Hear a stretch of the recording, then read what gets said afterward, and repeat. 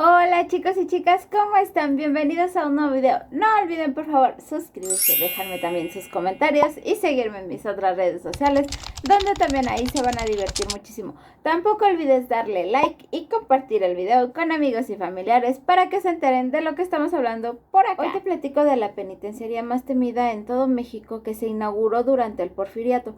Duró más de 70 años en funcionamiento y ahí vivieron muchísimos presos, los cuales vivían en condiciones casi infrahumanas, donde abundaba la corrupción, el maltrato, las torturas y el hacinamiento. Hoy te platico del Palacio Negro de Lecumberri. Conocido como el Palacio Negro de Lecumberri, se inauguró el 29 de septiembre de 1900 durante el gobierno de Porfirio Díaz, para convertirse en una penitenciaría hasta 1976. Se construyó en un predio conocido como la Cuchilla de San Lázaro, que fue propiedad de una familia española de apellido Lecumberri y por eso su nombre. La entrada era una estructura metálica cubierta con piedra, la cual después de un tiempo se fue poniendo negra porque ésta estaba expuesta a un canal de desagüe de los alrededores, que fue manchando poco a poco las piedras. Esto, aunado a todas las torturas que se llevaban a cabo dentro de Lecumberri, se ganó el nombre del Palacio Negro. Sería diseñada por los ingenieros Antonio Torres Torija, Antonio M. Anza y Miguel Quintana, quienes adoptaron la idea del arquitecto Lorenzo de la Hidalga, el cual proponía, comparaba y estudiaba los diferentes tipos de panópticos. Un panóptico es una estructura que permite a un guardián, en este caso a los policías, ubicarse en una torre central para observar todas las celdas. Esta idea originalmente fue por Jeremías Bentham, y es así como el Palacio de Lecumberri se convertiría en una penitenciaría con una rotonda o cuerpo central poligonal destinado al cuerpo de vigilancia, y en la cual había galerías en forma de estrella que convergían en un espacio central en el cual había una torre de 35 metros de altura. Y precisamente por este diseño los presos se sentían observados en todo momento. No existía privacidad y con las múltiples torturas a los que eran sometidos, esta cárcel se convirtió en la más temida de todo el país. Estaba diseñada para albergar una población de 800 hombres, 180 mujeres y 400 menores de edad. Contaba con 860 celdas, talleres, enfermería, cocina y panadería, además de una sección de servicio médico y sala de espera. Las crujías o pasillos tenían celdas que eran originalmente para un preso con su cama y su baño, pero con el crecimiento de la población de reos se aumentó el número a 4, aunque después siguió aumentando, llegando a tener 15 a 20 presos en una sola celda. Lecumberri se dividía en 7 crujías llenas de celdas en las cuales los presos eran clasificados. En la crujía A era para presos reincidentes, la crujía B para delitos sexuales, la crujía D para homicidios, la crujía E para acusados de robo, la crujía H era para presos de nuevo ingreso, la crujía I era para delitos patrimoniales y la crujía J, ahí confinaban a los presos homosexuales, proviniendo de ahí el sobrenombre o el mote de los jotos o las jotas, el cual se usa de una manera despectiva. Lecumberri estaba regido por el sistema Crofton, el cual consistía en considerar la conducta como un motor de estímulo para así poder obtener la libertad, relacionando el hecho de si te portas bien, te tratamos bien y sales antes de la cárcel. Este sistema se dividía en 4 partes: superación, rendimiento laboral, buena conducta y libertad preparatoria. En esta última, el preso tenía que conseguir un trabajo dentro del penal. Al reo se le entregaban unos vales como un medio de pago, con los cuales él podía comprar cosas. Si él seguía todos los pasos y llevaba una vida normal, se consideraba que pudiera salir antes del penal por una buena conducta, además de que se pensaba que se había convertido ya en una buena persona. Pero todo esto se convirtió en un fracaso y en algo inexistente, porque la calidad de vida de los presos y su reinserción social quedó olvidada, convirtiéndose en un caos lleno de abusos, torturas, un sistema judicial abusivo afectando a los más pobres.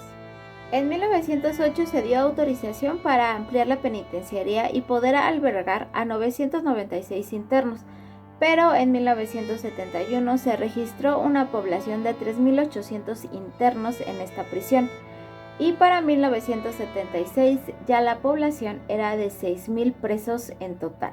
En 1954 se inauguró la cárcel de mujeres en Santa Marta, Acatitla, trasladando a todas las mujeres para allá y dejando solo a los hombres.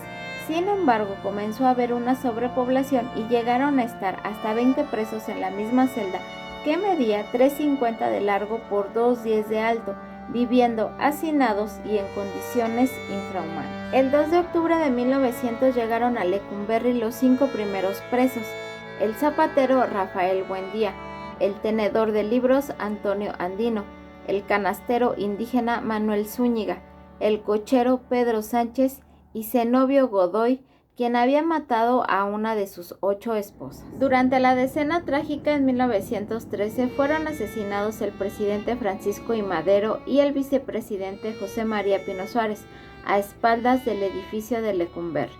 Algunas personas de las que estuvieron en Lecumberri platican que al llegar al penal la primera palabra que cruzabas con los guardias era tras una serie de preguntas, como ¿cómo te llamas?, ¿cuántos años tienes?, ¿de dónde eres?, ¿dónde naciste?, ¿eres soltero o casado?, ¿qué religión tienes?, además de que les tomaban las huellas digitales y después los mandaban al patio para una revisión de objetos, ropa y cuerpo.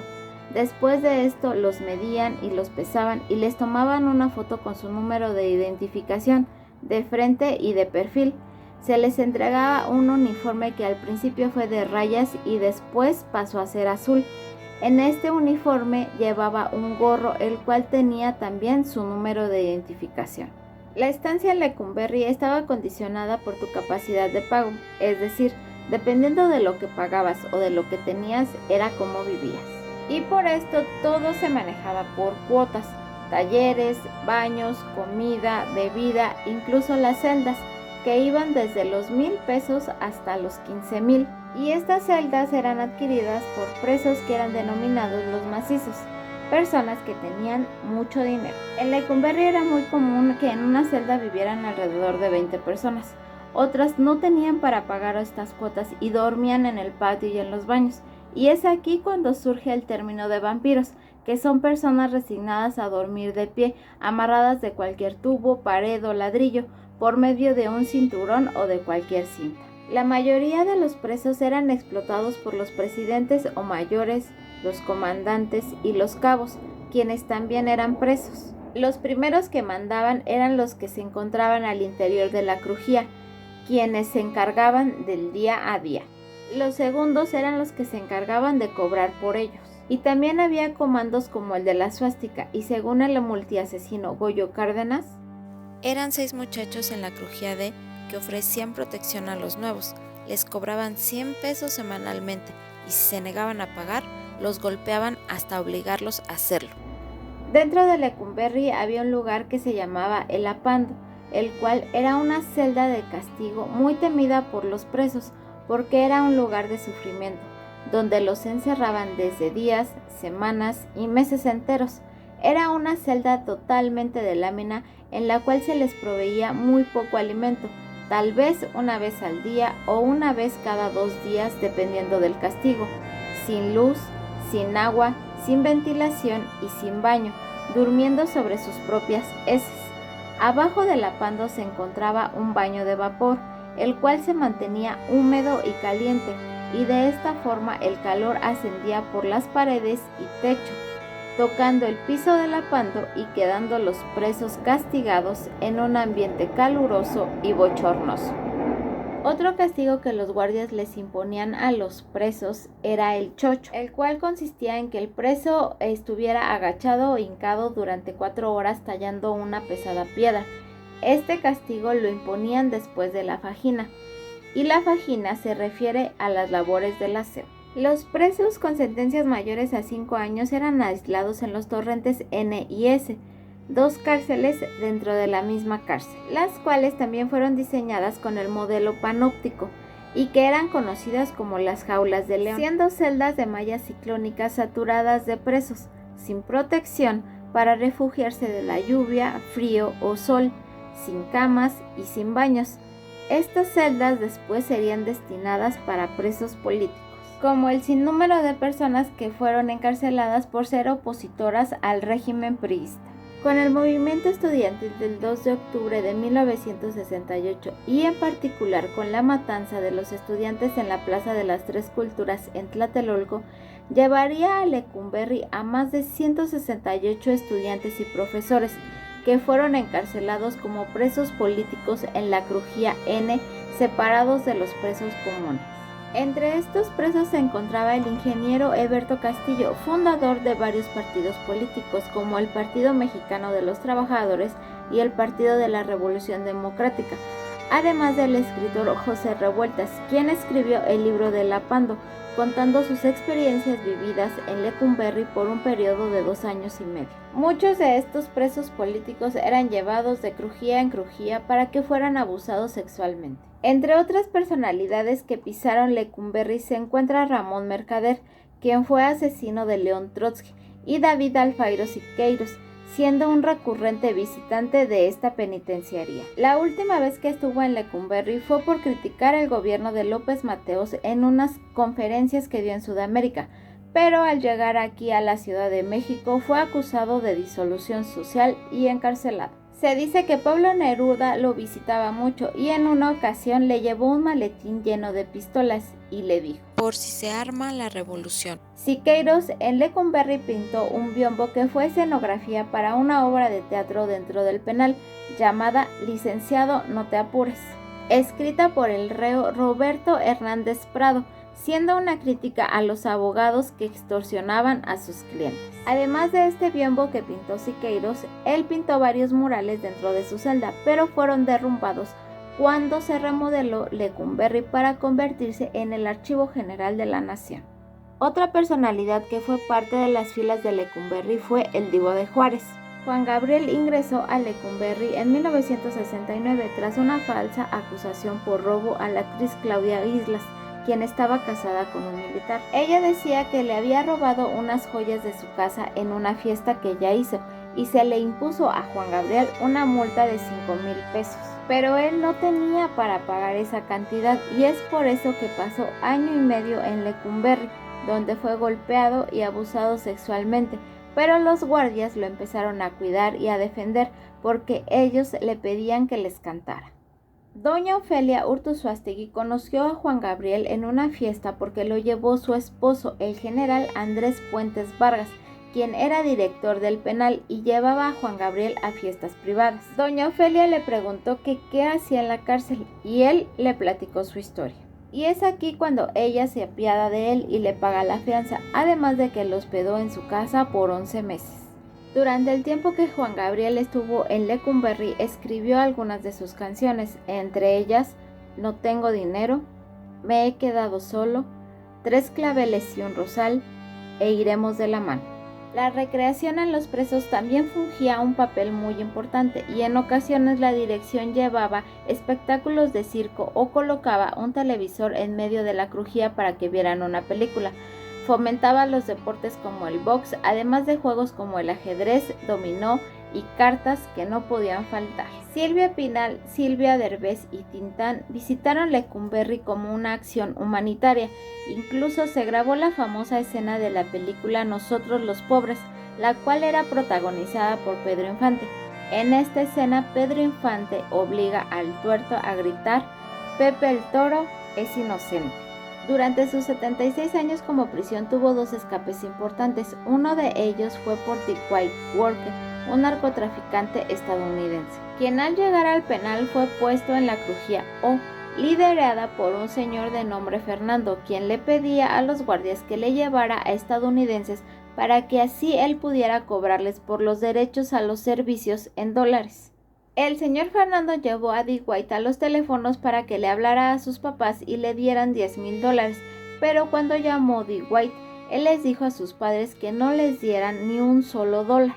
Y por esta razón lo llevaron a la crujía A, donde habían 400 presos y todos eran asesinos recurrentes. Ahí él tuvo una pelea con otros presos porque querían abusar de él, lo hirieron en el estómago y lo llevaron a la enfermería. Después decidió hacer huelga de hambre por 17 días para así llamar la atención de las autoridades estadounidenses, pero lo único que hicieron las autoridades mexicanas fue llevarlo a la Pando en la sección de enfermos mentales. Lo llevaron con el psiquiatra del penal y Dewey comentó que estaba haciendo huelga de hambre.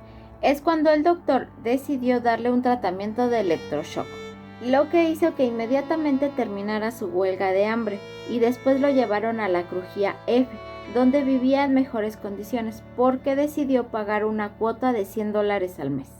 Finalmente escapó disfrazado de mujer con ayuda de su esposa, Barbara Walker, quien le llevaba prendas de mujer cada vez que lo visitaba. El otro escape importante que se dio en Lecumberri fue el ejecutado por Alberto Sicilia Falcón, un narcotraficante cubano, amante de la actriz Irma Serrano y Dolores Olmedo, conocido con el sobrenombre del Varón del Delito, quien huyó por un helicóptero que llegó al penal, dejando caer una cuerda para que él subiera. Una semana después regresó al penal porque nuevamente lo atraparon, pero volvió a fugarse con Luis Antonio Zuccoli, Roberto Hernández y José Egoski por un túnel de 40 centímetros de largo y 80 centímetros de diámetro que cruzaba la avenida Héroes de Nacosari. Esto sería lo último que pasaría en este penal y por orden del presidente Luis Echeverría sería cerrado y demolido. El 1 de agosto de 1976, después de la hora de visita, comenzó el desalojo de presos y para el 26 de agosto ya no había ningún preso ni ninguna autoridad, ya que el edificio sería demolido, cerrándolo oficialmente ese día. Historiadores y arquitectos decidieron defenderlo por considerarlo parte de nuestra historia. Muchas personas se manifestaron para que fuera derrumbado, ya que era un símbolo de injusticia para la humanidad y sobre todo para personas humildes que estuvieron encarceladas injustamente. El 27 de agosto de 1982, tras 5 años de remodelación, se inauguró el Archivo General de la Nación. Los antiguos crujías se convirtieron en galerías y las celdas en archivos con documentos importantes de la historia de México. Al remodelar Lecumberri se encontraron huesos humanos cerca de las salidas. Muchos dicen que se escuchan lamentos, ruidos extraños, gritos tétricos, voces y presencias de reos, gritos de los celadores al pasar lista, además de escuchar el tallar de la piedra contra el piso de muchos presos que recibían el castigo del chocho.